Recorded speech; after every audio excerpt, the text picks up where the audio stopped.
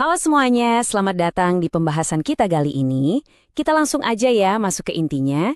Selama berpuluh-puluh tahun, divisi sumber daya manusia atau HR itu sering banget cuma dipandang sebagai fungsi administratif. Ya, Anda tahulah, tempat buat ngurusin kontrak, bayar gaji, atau dengerin keluhan karyawan. Tapi, materi yang bakal kita bedah habis-habisan hari ini benar-benar menantang pandangan usang itu. Kita akan meredefinisi total peran HR dari yang tadinya cuma fungsi administratif di dalam menjadi penggerak utama strategi bisnis di luar sana.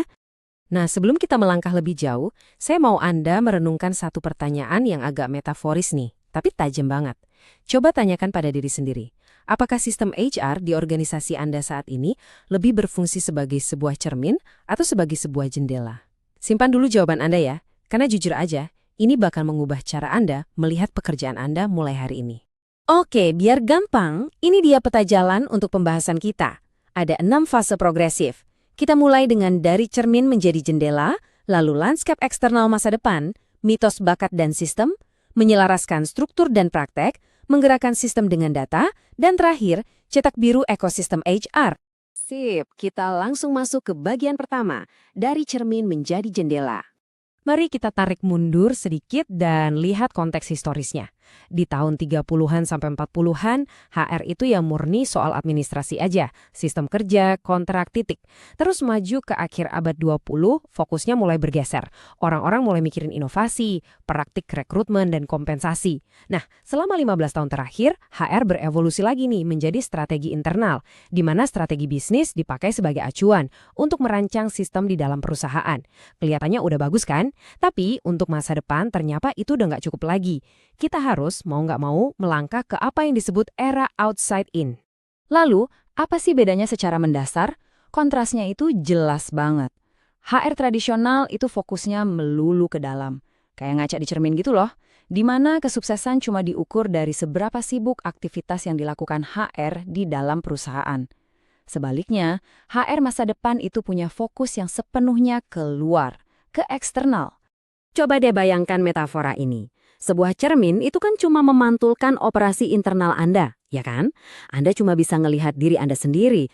Tapi sebuah jendela memungkinkan Anda melihat jauh keluar.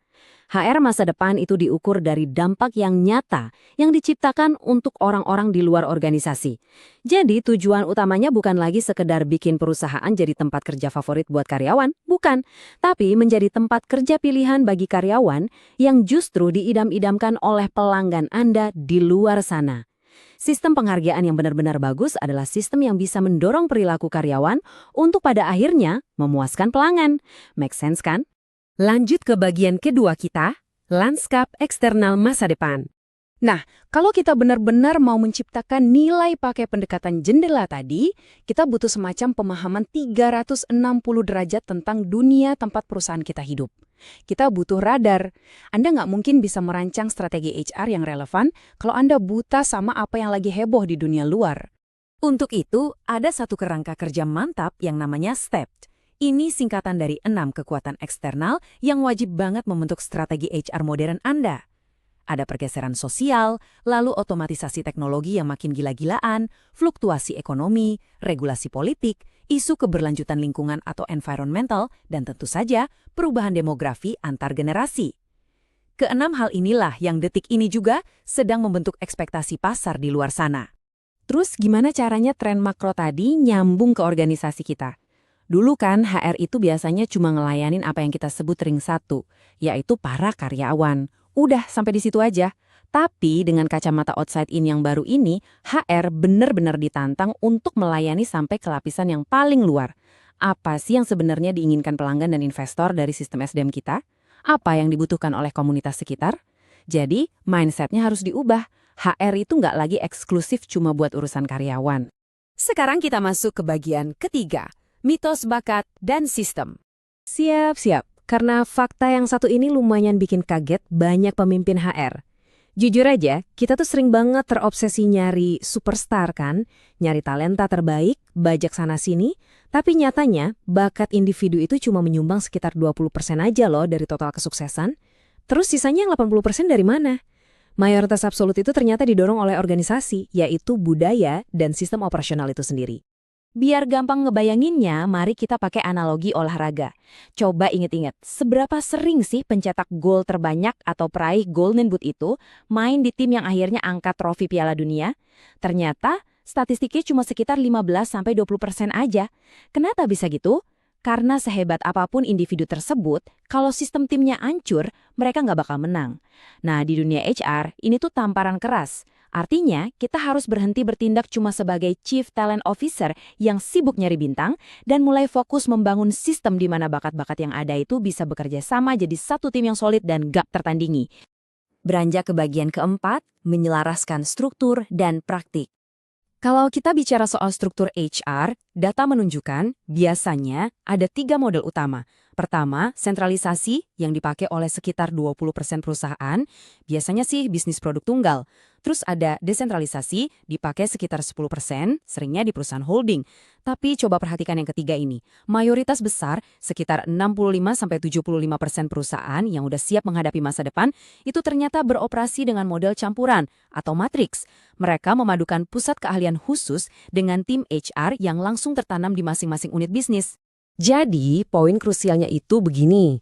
Cara Anda mengatur departemen HR itu wajib hukumnya mengikuti cara bisnis Anda diatur secara keseluruhan.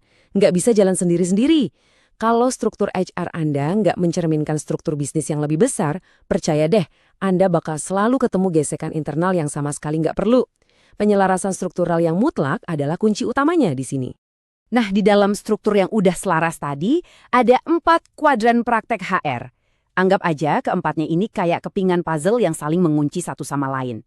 Ada orang, ini urusan rekrutmen dan pelatihan, lalu kinerja yang ngurusin sistem kompensasi, terus pekerjaan fokus ke desain organisasi, dan terakhir komunikasi untuk memastikan keselarasan budaya. Ingat ya, keempat bagian ini nggak bisa jalan sendiri-sendiri. Semuanya harus terintegrasi dan yang paling penting, tujuannya selaras dengan pelanggan eksternal Anda. Oke, kita sampai di bagian kelima, menggerakkan sistem dengan data. Sering banget orang mikir kalau analitik data itu adalah langkah pertama waktu kita bikin strategi. Nyatanya itu keliru. Analitik justru bukan titik awalnya. Sebenarnya, metrik dan pengukuran itu diletakkan di akhir, sebagai sebuah putaran umpan balik atau feedback loop. Fungsinya apa? Untuk mengkuantifikasi seluruh proses operasional HR tadi dan memberikan informasi buat keputusan Anda ke depannya berdasarkan fakta empiris yang kuat. Jadi bukan lagi sekedar tebak-tebakan atau pakai insting belaka. Dan akhirnya kita masuk ke bagian keenam. Cetak biru, ekosistem HR. Nah, ini dia muara dari semua yang kita bahas. Anggaplah ini sebagai cetak biru atau fondasi dari rumah HR kita yang baru. Semuanya bermula dari penciptaan nilai eksternal sebagai fondasi paling bawah, lalu naik ke pilar-pilar pemangku kepentingan dan bakat individu, terus di atasnya ada atap berupa kepemimpinan dan budaya, dan keseluruhan rumah ini dipantau oleh sistem analitik yang mengelilinginya. Ke-10 kriteria ini bukan cuma daftar tugas to-do list yang terpisah-pisah ya. Ini adalah satu ekosistem yang hidup, bernafas, dan terintegrasi secara sempurna. Sekarang, saya ingin Anda melakukan semacam stress test atau uji kelayakan mental kecil-kecilan untuk Departemen HR Anda sendiri. Coba jujur dan tanyakan, apakah fokus tim Anda udah murni pada dampak nyata atau jangan-jangan cuma sibuk dengan aktivitas rutinitas? Apakah tim HR Anda benar-benar paham tren makro STPD tadi? Apakah kalian sudah melayani pelanggan dan investor, bukan cuma sekedar nyenengin karyawan? Dan apakah budaya tim kalian jauh lebih kuat dari sekedar ngumpulin talenta individu yang pinter-pinter? Jawaban dari pertanyaan-pertanyaan inilah yang akan jadi tolok ukur seberapa siap Anda menghadapi masa depan. Pada akhirnya, dari semua konsep rumit dan strategis yang udah kita bongkar hari ini, semuanya bermuara ke satu pemahaman fundamental. Ingat baik-baik kalimat ini. Nilai sesungguhnya dari HR tidak pernah diukur dari apa yang kita lakukan di dalam ruang rapat atau bilik kantor kita yang nyaman, melainkan dari apa yang kita ciptakan untuk mereka yang berada di luar sana. Jadi, kita balik lagi nih ke tantangan di awal tadi. Udah waktunya kita berhenti menghabiskan waktu terlalu lama menatap pantulan bayangan kita sendiri di depan cermin.